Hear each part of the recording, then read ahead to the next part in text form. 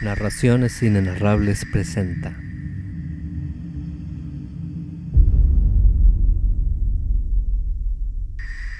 de Howard Phillips Lovecraft.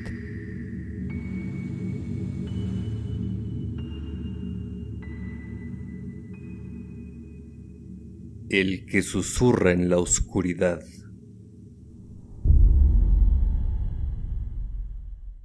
La grabación fonográfica me llegó hacia finales de junio, expedida desde Brattleboro, ya que Ackley no deseaba arriesgarse en los servicios de más al norte. Había comenzado a sentirse espiado, con creciente intensidad, algo que se veía acentuado por la desaparición de algunas de nuestras cartas, y hablaba mucho acerca de los actos insidiosos de ciertos personajes a los que tenía por instrumentos y agentes de los seres ocultos. Sospechaba sobre todo del hosco granjero llamado Walter Brown, que vivía solo en una empobrecida granja cercana al bosque cerrado y que había sido visto a menudo merodeando por lugares de Brattleboro, Bellow Falls, New Fane y South Londonderry, sin poder ofrecer explicación o motivos para ello. Estaba convencido de que la voz de Brown era una de aquellas que había captado en cierta ocasión, enfrascadas en una conversación terrible. Y el hecho de haber encontrado una vez una pisada o huella de garra cerca de la casa de Brown poseía para él el más terrible significado.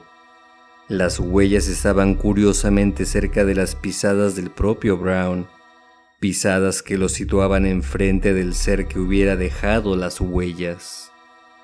Por fin llegó la grabación de Brattleboro, hasta donde Ackley fue en coche a lo largo de las solitarias carreteras secundarias de Vermont.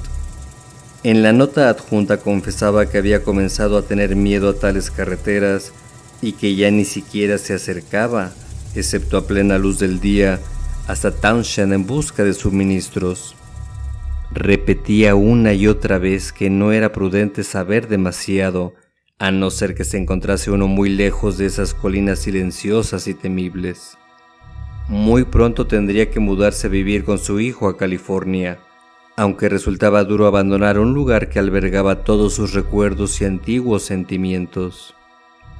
Antes de escuchar la grabación en la máquina que pedí prestada en el rectorado, repasé con cuidado las explicaciones consignadas por Ackley en varias cartas. Aquella grabación, según decía, había sido obtenida alrededor de la 1 de la madrugada del 1 de mayo de 1915, cerca de la boca cerrada de una cueva, allá donde la boscosa ladera oeste de Dark Mountain se alza sobre el pantano de Lee. El lugar había estado de siempre inusitadamente plagado de extrañas voces, siendo esa la razón por la que se había llevado el fonógrafo, el dictáfono y el registro virgen, confiando en lograr resultados. Anteriores experiencias le dictaban que la víspera de mayo, la odiosa noche del aquelarre en las esotéricas leyendas europeas, sería probablemente más fructífera que cualquier otra fecha, y no se vio defraudado. Es de reseñar, no obstante, que él en persona nunca había escuchado voces en ese lugar en concreto. Al revés que la mayoría de las voces captadas en lo profundo del bosque, la esencia de aquella grabación era casi ritual e incluía una voz claramente humana que Ackley no había sido capaz de reconocer. No era la de Brown, y parecía proceder de un hombre de buena educación. La segunda voz, no obstante, era la que de veras importaba, ya que se trataba de ese maldito zumbido sin parentesco con la humanidad, pese a las palabras humanas que pronunciaba con buena gramática inglesa y acento culto. El fonógrafo y el dictáfono habían trabajado a saltos y estaba, desde luego, la desventaja de lo alejado y lo amortiguado que llegaba el oculto ritual. Así que la conversación grabada resultaba muy fragmentaria. Ackley me había suministrado una transcripción de lo que él suponía que eran las palabras grabadas y las revisé de nuevo, al tiempo que preparaba la máquina para reproducir. El texto era oscuramente misterioso, más que abiertamente horrible, aunque el saber cuál era su origen y cómo había sido conseguido le aportaban todo un horror asociado que ninguna palabra puede suministrar. Lo que aquí consigno es cuanto recuerdo. y estoy completamente seguro de que es correcto, no solo por haber leído la transcripción, sino por haber hecho girar una y otra vez la grabación. Y eso no es algo que uno pueda olvidar así como así.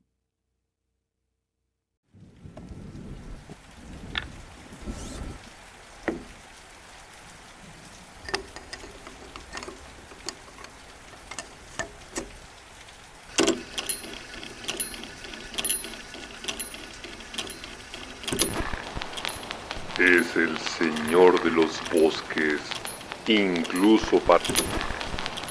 y los presentes de los hombres de Leng, porque de los pozos de la noche a los abismos del espacio, y de los abismos del espacio a los pozos de la noche, alabados sean por siempre el gran Cthulhu, Satowa, y ese que no debe ser nombrado. Alabada sea por siempre y colmada de abundancias la cabra negra de los bosques. Ia Shub-Niggurath, la cabra del millar de retoños. Ia Shub-Niggurath, la cabra de los bosques con un millar de retoños. Y ha llegado que el señor de los bosques, siendo 7 y 9, bajo los peldaños de ónice, situado sea en el abismo Azathoth, ese del que tú nos has enseñado, en las salas de la noche más allá del espacio, más allá de... a ese del que Yugod es el menor de los hijos, girando solitario en el negro éter al borde. De entre los hombres se encuentra la forma para que él en el abismo pueda saberlo. Nyarlathotep, poderoso mensajero, debe informársele de todo. Y él asumirá el aspecto de los hombres, la máscara de seda y el atuendo que ocultan, y bajará del mundo de los 7 soles para... Nyarlathotep, gran mensajero, portador de extraña alegría hacia Yugod, a través del vacío, padre del millón de afortunados, el que ronda entre...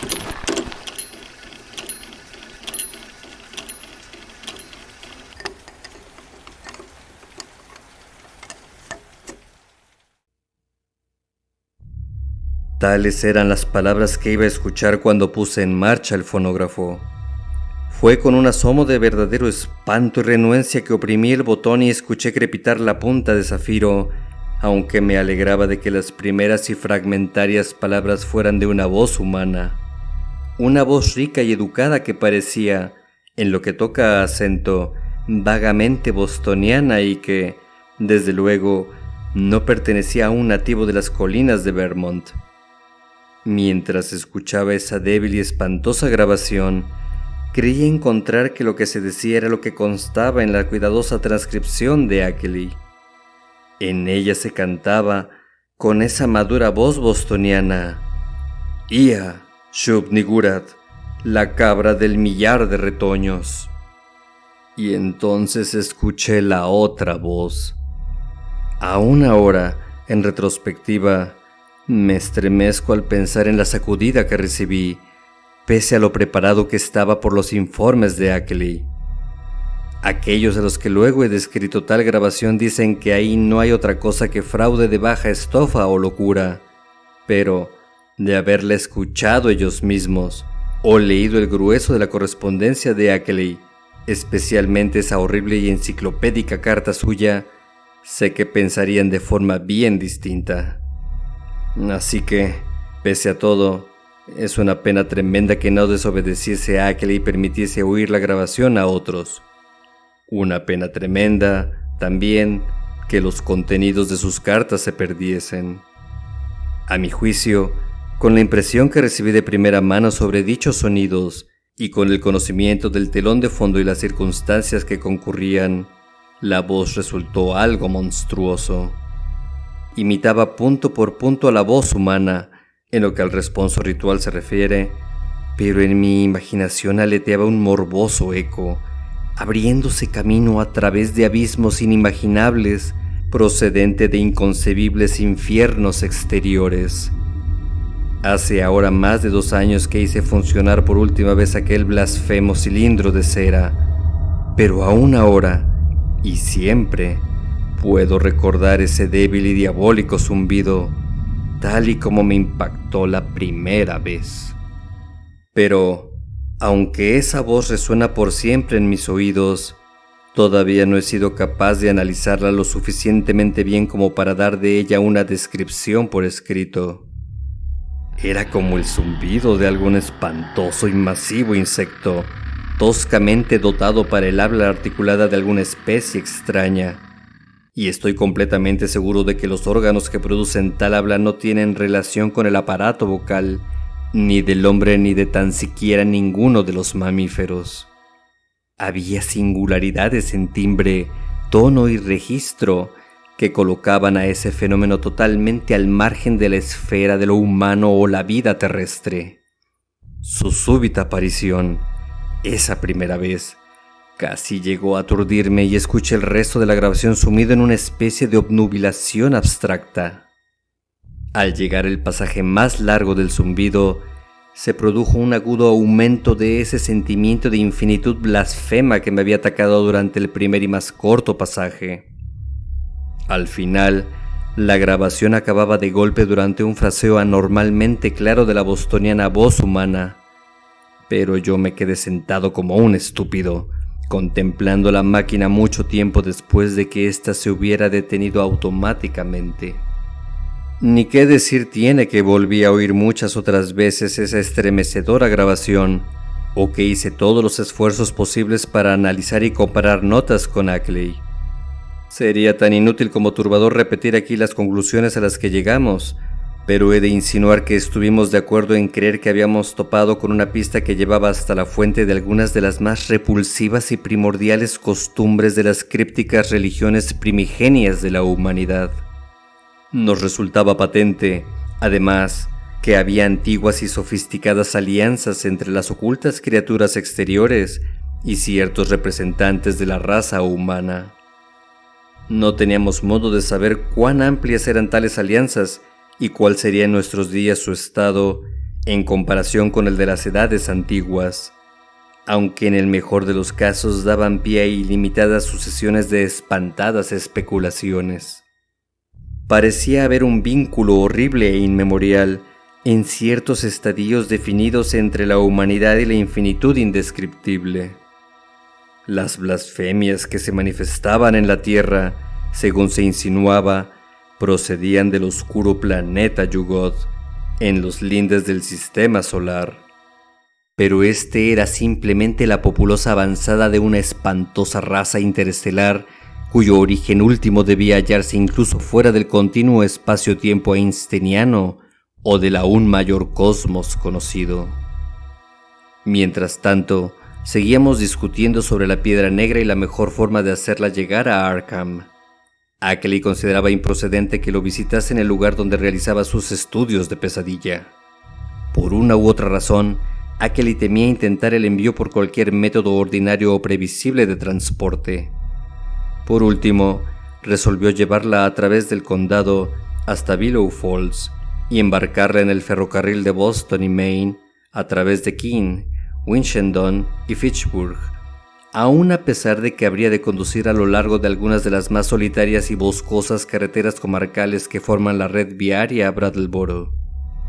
Dijo que se había fijado en que había un hombre rondando la oficina del ferrocarril en Brattleboro el día que envió la grabación y que sus acciones y expresión habían distado mucho de ser tranquilizadoras. Ese hombre había parecido sumamente ansioso de hablar con los empleados y se había subido al tren en el que había enviado la grabación. Ackley confesaba que no se había sentido del todo tranquilo sobre la seguridad de esa grabación hasta que supo, por carta mía, que había llegado intacta. Por esa época, la segunda semana de julio, se extravió otra de mis cartas, como supe gracias a un ansioso comunicado de Ackley. Después de eso me pidió que no le enviara más cartas a Townshend, sino que todo el correo había de ser remitido a la lista de Brattleboro, a donde él iba frecuentemente, tanto en coche como en el autocar que, en los últimos tiempos, había reemplazado en el transporte de pasajeros al lento ramal del ferrocarril. Pude constatar que se estaba volviendo más y más nervioso, ya que me suministró multitud de detalles sobre el cada vez más frecuente escándalo de los perros en las noches sin luna, así como sobre las huellas frescas que a veces encontraba en el camino y en el barro a la zaga de su corral al amanecer. Una vez me habló de una verdadera legión de pisadas en hilera que se enfrentaba a una igualmente definida y densa línea de huellas de perros, y me envió una instantánea, espantosamente turbadora, que lo probaba. Eso ocurrió luego de una noche en que los perros se habían superado a sí mismos ladrando y aullando. La mañana del miércoles 18 de julio recibí un telegrama, enviado desde Willow Falls, en el que Ackley decía que me enviaba la piedra por B&M en el tren número 5508 que salía de Willow Falls a las 12:15 del mediodía y que debía llegar a la North Station de Boston a las 4:12 de la tarde. Habría, según calculaba, de arribar a Arkham alrededor del mediodía, y de acuerdo con tales cálculos, pasé allí toda la mañana del viernes, esperando. Pero el mediodía llegó y pasó sin que apareciese y, cuando telefoné a la oficina del ferrocarril, me informaron de que no se había recibido nada para mí. El siguiente paso fue, con creciente alarma, hacer una llamada a larga distancia al agente de ferrocarril de la North Station de Boston, y no me sorprendí cuando me comunicó que mi envío no había aparecido. El tren número 5508 había llegado con solo 35 minutos de retraso el día anterior, pero no traía caja alguna a mi nombre. El agente prometió, no obstante, realizar una investigación, y yo terminé el día enviando a Ackley una carta nocturna en la que le informaba de lo sucedido. Recibí la tarde siguiente, con encomiable prontitud, noticias procedentes de la oficina de Boston, a través de una llamada realizada por el agente, apenas hubo esclarecido los hechos. Al parecer, el empleado del tren número 5508 había podido recordar un incidente que quizá tuviera mucho que ver con el objeto perdido. Una conversación mantenida con un hombre de voz peculiar, flaco, de pelo amarillento y aspecto campesino, mientras el tren estaba en espera en Keene, New Hampshire, poco después de la 1 de la tarde. El hombre, según el empleado, se había mostrado de lo más nervioso al hablar de una pesada caja que afirmaba estar esperando, pero que ni estaba en el tren ni consignada en los libros de la compañía. Había dado el nombre de Stanley Adams, y su voz era tan extrañamente grave y monótona que dejó al empleado anormalmente aturdido y somnoliento solo de escucharlo. Este último no podía recordar con exactitud cuándo había acabado la conversación, pero recordaba haberse despertado del todo cuando el tren comenzó a moverse. El agente de Boston añadía que ese empleado era un joven sincero y de lealtad completa y más allá de toda duda, con referencias excelentes y de muchos años en la compañía. Esa misma tarde me dirigí a Boston para hablar con el empleado en persona, una vez hube conseguido su nombre y dirección en la oficina. Se trataba de un hombre franco y agradable, pero enseguida constaté que no podía añadir nada a su informe original. Extrañamente, no estaba muy seguro de poder identificar al desconocido que le había abordado. Al comprender que no tenía nada más que contar, volví a Arkham y estuve en vela hasta el alba, escribiendo cartas a Ackley, a la compañía de envíos, a la policía y al jefe de estación de Keene. Tenía la sensación de que el hombre de voz peculiar, que de forma tan extraña había afectado al empleado, debía haber jugado un papel crucial en aquel ominoso asunto, y esperaba que los empleados de la estación de Keene, así como los registros de la oficina de telégrafos, pudieran arrojar alguna luz sobre el personaje y sobre qué le había llevado a preguntar dónde y cuándo lo hizo. He de admitir, no obstante, que todas mis investigaciones fueron infructuosas. El hombre de la voz peculiar, es cierto, había sido visto alrededor de la estación de Keene a primera hora de la tarde del 18 de julio, y un ocioso recordaba vagamente haberlo visto con una pesada caja, pero era por completo desconocido para todos y nadie volvió a verlo. No había visitado la oficina de telégrafos ni recibido ningún mensaje, hasta donde pudo saberse, y no había ninguna comunicación que pudiera considerarse, con certeza, un aviso acerca de la presencia de la piedra negra en el tren número 5508. Naturalmente, Ackley también hizo indagaciones por su cuenta e incluso se desplazó en persona a Keene a preguntar a la gente de los alrededores de la estación. Pero su actitud hacia todo aquel asunto resultó ser más fatalista que la mía. Parecía considerar la pérdida de la caja como la culminación, portentosa y amenazadora, de tendencias inevitables, y no tenía verdaderas esperanzas de recobrarla. Hablaba de los innegables poderes telepáticos e hipnóticos de las criaturas de la colina y sus agentes, y en una carta insinuaba que no creía que la piedra fuera a permanecer mucho tiempo en la Tierra. Por mi parte estaba, con justicia, furioso, ya que tenía esperanzas de aprender muchas y muy asombrosas cosas de los viejos y borrosos jeroglíficos. El asunto podía haberse mantenido, de forma amarga, en mi cabeza, de no mediar las cartas posteriores de Ackley, que inauguraron una nueva fase en todo aquel horrible asunto de las colinas y enseguida ocuparon mi atención.